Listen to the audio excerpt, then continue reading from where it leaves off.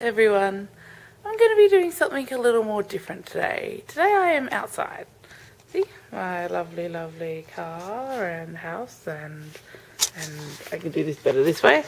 And so today I'm going to be doing something a little different. While I do have videos I could be uploading, today in Australia it's Anzac Day, so I thought I'd tell you a little bit more about that. And I am outside because I just feel like being outside. So sorry for any poor lighting or sound quality. One quick thing I'd like to mention before I get started into the video today is this morning I got to watch live Cow Corner's Book Battles, which is a Jeopardy type book show that happens on BookTube, and BookTubers can email if they want to be part of the show and answer questions about books and win prizes, and then us who are watching, if you manage to watch the live stream, win prizes. It's awesome, so if you're interested in that kind of thing, check it out. There'll be a link in the description. But now on to the point of this video. Anyway, so as I mentioned before, today is Anzac Day in Australia, and for those who may not know, Anzac stands for Australian New Zealand Army Corps, and it commemorates the soldiers who fought and died in World War One. It references in particular the ones who fought on shore in Gallipoli, but mostly we use it as a day to commemorate all fallen soldiers and to honour people who are still fighting in our armed services today. So, I'll see if I can get my camera set up. So the reasoning for me doing this video is, as I mentioned before, it is Anzac Day, which is a really important holiday in Australia. I also know New Zealand celebrates it as well, being that they are part of the Anzacs. So instead of doing something that's normally book related, I want to tell you about this because it's important to me, and some of the videos I like best from others have been stuff that's been important to them. So as I mentioned before, Anzac stands for Australian New Zealand Army Corps.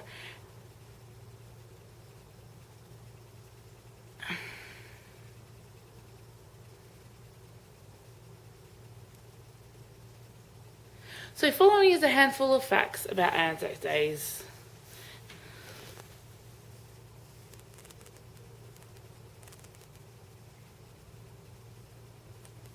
So a bit of history. When the war had broken, little bit of background history for you guys. When World War One had broken out in I've got my cheat sheet so I get the dates right. 1914. Australia had only been a federation for 13 years. But even though we were a relatively new nation, we wanted to help people. The call for help went out and we answered. So 20,000 Australian, all who were volunteers. There was no conscription. These men stood up and volunteered because they believed in the cause and that it was the right thing to do, went to be part of a 70,000 strong Mediterranean expedition force of British, French, Indian, Australian, New Zealand and some Islander troops. The goal was to do an amphibious assault on the Gallipoli Peninsula in Turkey, a place most people probably never heard of. So that giving you a bit of backstory, I'm now just going to give you some facts. The Anzac tradition began on the 25th of April 1915 on the shores of Gallipoli, Turkey, and the Anzac name was actually given to the Australian New Zealand troops by the generals, and most of these soldiers were between 17 and early 20s, or even probably some 15, 16-year-olds who fudged their ages to make it.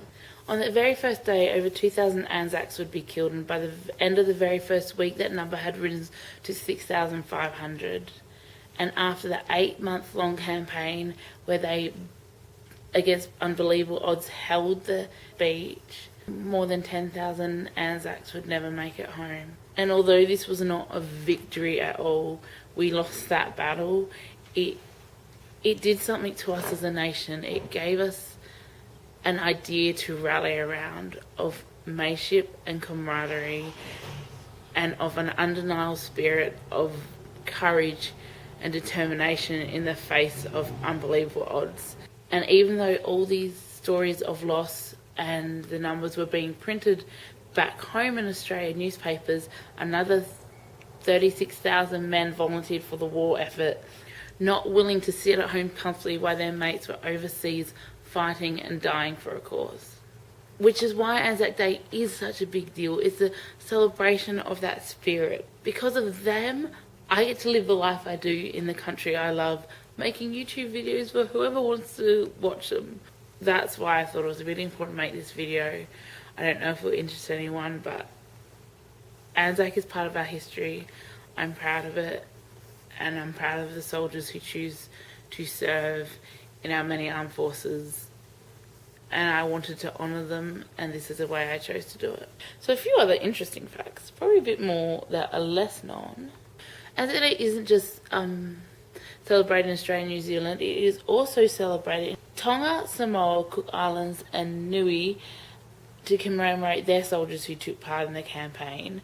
And now it's raining, I'm going to move inside. Due to the rain, I did have to jump inside, because while I love the rain myself, my computer and camera and everything isn't actually waterproof. One of the men who embodied this Anzac spirit was Charles Billiard Leake in 1914, an expat from Sydney living in United Kingdom, and he turned his large manor into a hospice for the Anzac soldiers, thinking that he would get about 100 soldiers, but it quickly actually became known as the Hartfield Hospital and treated over 50,000 Australians through the war effort. And my last fact. And we have a thing, we make Anzac biscuits. They're made of oats, sugar, coconut flour, butter and golden syrup. They were hard and long lasting and were given to the troops over bread because they would last. And they were actually made by the wives, mothers and sisters of soldiers who'd been deployed as something they could send over to them or with them that would be long lasting and they would be able to actually eat in the trenches. And yeah, that's pretty much it. So if there is anything else you want to know, feel free to ask me questions, leave me comments. If you enjoyed this at all, feel free to like, subscribe, share and all that jazz. And hopefully wherever you are and whatever you're doing, I hope you're having a fantastic day.